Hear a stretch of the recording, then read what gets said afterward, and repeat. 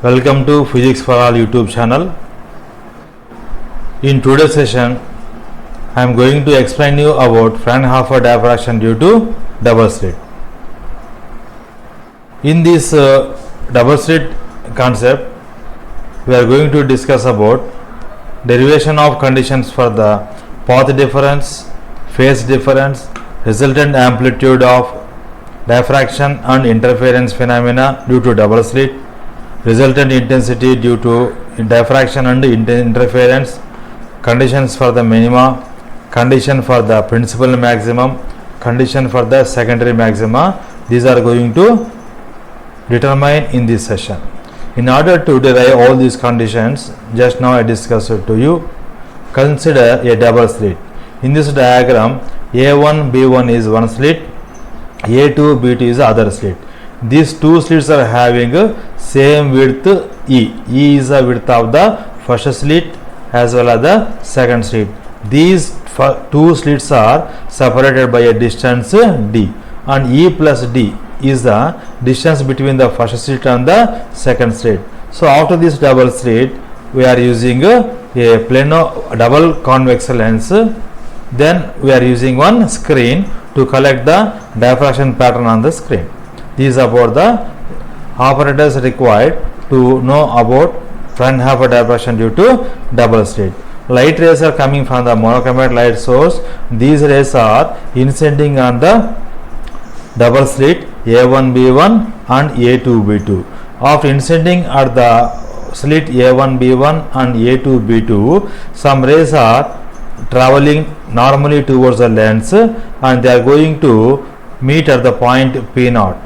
This P0 will form principal maximum on the screen, and the other light rays which are inciding at the edges of the slit at the point A1 and at the point A2, these rays are going to diffract and again they are going to interfere with each other. Then we will observe another point P1 on the screen. Now our aim is we have to find intensity at the P0 and P1 in this concept. Let us discuss about the mathematical concept in detail. Okay. Now we have to calculate path difference between the rays traveling towards the screen and the rays which are diffracting at a diffraction angle theta. Now in order to get path difference, consider this triangle A1 A2D. This triangle A1 A2D, find sin theta. So from the sin theta already we know that opposite side, that is A1 A2 divided by hypotenuse A2D. So what we need? We need to calculate path difference, that what we need A2D. Therefore A2D is equal to A1 A2 into sin theta. What is A1 A2? A1 A2 is the distance of the first slit and the second slit. This can be find from the diagram E plus D. So path difference is equal to A2D is equal to E plus D into sin theta. Now we need to find phase difference. Already from the concept, single slit concept, we know relation between the phase difference and path difference. Phase difference is equal to 2 pi by lambda into path difference. Now substitute path difference in this equation, then find phase difference is equal to delta is equal to 2 pi by lambda into E plus D into sin theta. Now from that Fraunhofer diffraction due to single slit, now from this single slit A1 and B1, we are going to get resultant wave of amplitude R is equal to A into sin alpha by alpha. Now in the last concept, we derived conditions for the resultant amplitude due to the single slit. Now in this concept, we are going to use two slits. So through the one slit, we are going to get one resultant wave of amplitude A sin alpha by alpha, and through the another slit A2 B2, another wave will get of amplitude R is equal to A into sin alpha by alpha. These two waves are going to superimpose and will get diffraction phenomena as well as interference phenomena on the screen. Now this is the equation we derived from the last concept, that is r is equal to a sin alpha by alpha, equation number 2. Now in this equation alpha is equal to pi sin theta by lambda. Already we discussed this derivation in the single slit concept. Then we are using double slit, so from the one slit we will get a sin alpha by alpha, and another slit we will get another a sin alpha by alpha. These two wavelets are going to interfere with each other and meet at point P1 on the screen. Now in order to find resultant wave amplitude at P1, now here we have to use vector addition of amplitudes. Now in order to get this vector addition of amplitude, consider this diagram. OG is one resultant wave passing through the one slit, and GH is another wave resultant amplitude passing through the another slit. Now these two waves are going to superimpose, we are going to get a resultant wave, that is we have to find OH. In order to get OH value, now here we have to use vector addition of amplitudes. From that concept we are writing here OH square is equal to OG square plus GH square plus 2OG into OH into cos delta. Here cos delta is a phase difference between the two rays passing towards the screen. Now in this equation already we know that OG is equal to a sin alpha by alpha and GH is equal to again a sin alpha by alpha. Now substituting in this equation number 4, we are going to get OH is equal, what is the meaning of OH? Resultant wave amplitude due to the first slit and second slit, that can be find r square is equal to a square into a sin alpha by alpha whole square. In the case of GH, substitute a sin alpha by alpha whole square, so we are taking a square outside, a square into sin alpha by alpha whole square plus 2 into in the place of OH and GH, substituting a sin alpha by alpha into a sin alpha by alpha into cos delta. Now here some small correction is required in this concept. Actually this is no need to consider this a, this is wrongly typed. Now no need to consider this capital A. Already OH is equal to a sin alpha by alpha, that is OH value, and GH is equal to again a sin alpha by alpha. Now this A is wrongly typed, so no need to consider, please ignore it. Then use this addition, so r square is equal to, these are going to become added with each other, so 2a square into sin alpha by alpha whole square plus 2 into a square sin alpha by alpha whole square into cos delta. Now in the first term and the second term, 2a square into sin alpha by alpha whole square is a common term, so we are taking outside. Now after taking outside, remaining balance is 1 plus cos delta. Now in this expression we are using cos 2a formula. We know that 2 cos square a minus 1. From the trigonometric formula we are using this cos 2a formula here. So r square is equal to 2a square into sin alpha by alpha whole square into 1 plus in the case of cos delta we are applying cos 2a. So 2 cos square delta by 2 minus 1. Now here this plus 1 and minus 1 is going to cancel here. One second. This plus 1 and minus 1 is going to cancel with each other. This 2 and this 2 becomes multiplied here. 2 2s are 4 into a square again sin alpha by alpha whole square into remaining term cos square delta by 2. Now in this equation number 5, already we know delta value. What is delta? Phase difference 2 pi by lambda into e plus d sin theta. Now in this equation substituting equation number 1, therefore r square is equal to 4a square into sin alpha by alpha whole square into cos square into in the place of delta using first equation, that is phase difference equation, that is 2 pi by lambda into e plus d sin theta divided by 2. Now here 4a square into sin alpha by alpha whole square into cos square, this 2 and this 2 is going to cancel, and remaining terms we are writing here pi into e plus d sin theta by lambda. Let us consider entire term is equal to beta. Therefore, after substituting beta on the above equation, we are going to get r square is equal to 4a square into sin alpha by alpha whole square into cos square beta. Let us say equation number 7.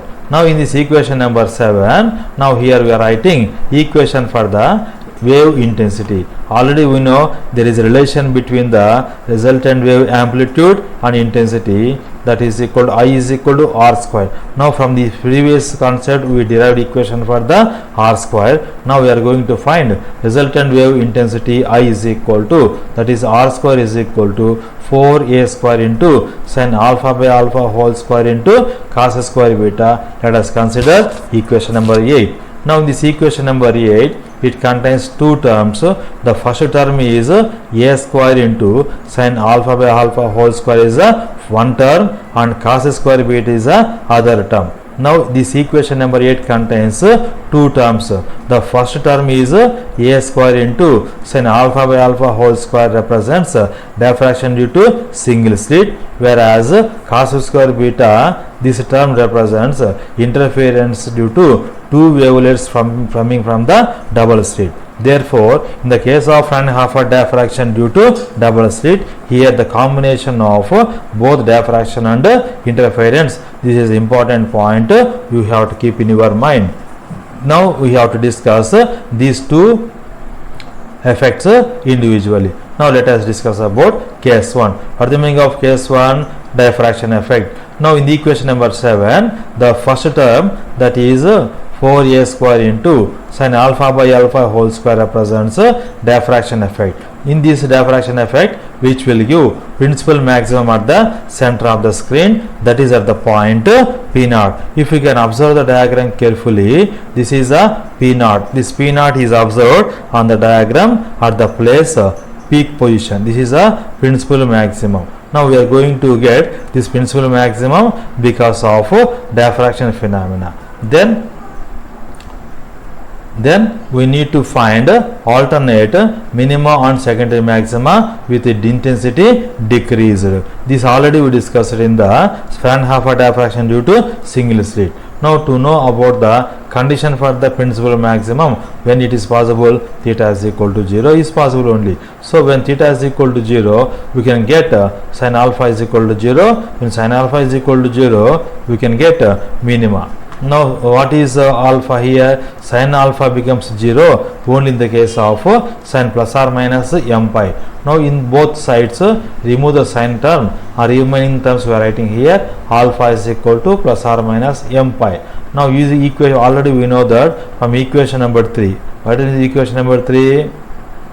Equation number 3, alpha is equal to pi e sin theta divided by lambda. Now in this equation we are using alpha is equal to pi e sin theta by lambda, that is equal to plus or minus m pi.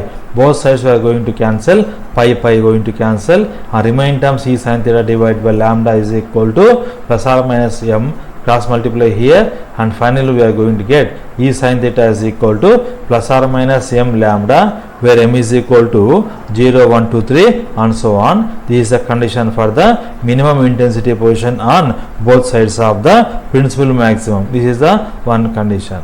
Now in the case of the second case, which is called as interference effect. In the equation number 8, the second term, that is cos square beta, represents interference due to two wavelets originating from the two slits, that is double slit. These two wavelets are going to superimpose with each other and producing interference phenomena. This interference phenomena will result bright and alternate dark and bright fringes at the screen at equal distances. Now we have to get condition for the maxima. It is possible when cos square beta is equal to 1.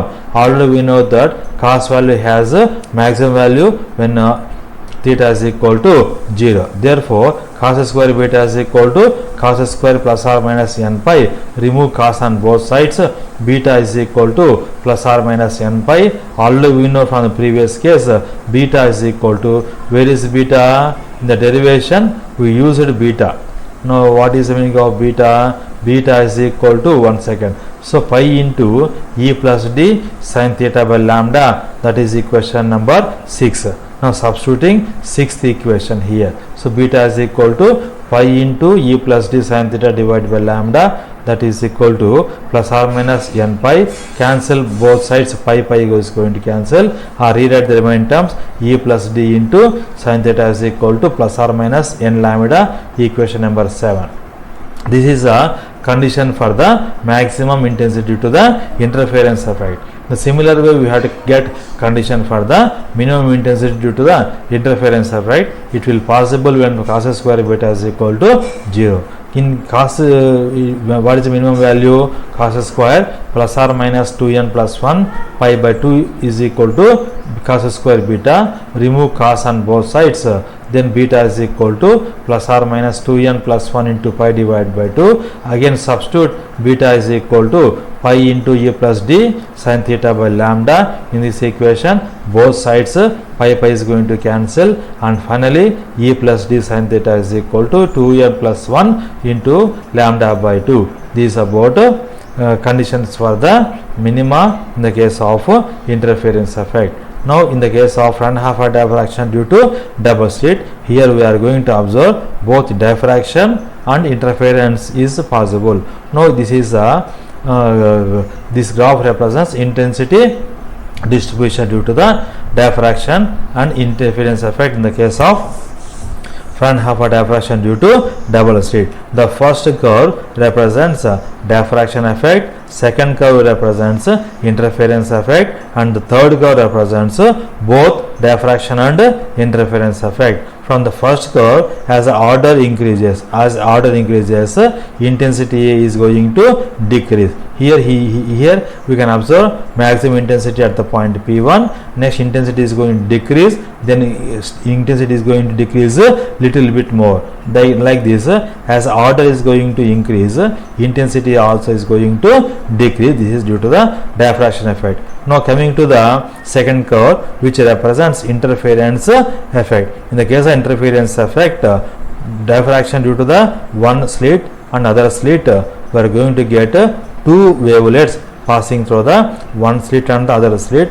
These are going to interfere with each other, and we can observe the alternate bright and dark fringes are going to form on the screen. These fringes are having equal intensities. This graph represents all peaks are at same height, which indicates that all are having same intensity. This is a conclusion of in the case of interference effect. Coming to the third graph, which is a combined effect of diffraction as well as interference effect. This is about Fraunhofer diffraction due to double slit. This question can be asked in the examination as shown in this one. Okay, now this is a question paper related to the JNTU Anantapuram University in the examinations of supplementary held at the year of February or March 2022. In this year, they asked about question number 2b, that is explain Fraunhofer diffraction due to double slit to obtain conditions for the maxima and minima. This is a question asked in the university examination in the year 2022 March. Then I am going to highlight this equation. You copy and you are save it. This question is important for the university end examination. This is about Fraunhofer diffraction due to double slit. You note down this information and practice well, get good marks in the examination. In the upcoming concept, I am going to explain about Fraunhofer diffraction due to N slit as well as diffraction grating. Most probably in the next upcoming class, I am going to complete diffraction chapter completely. Thank you. Please share this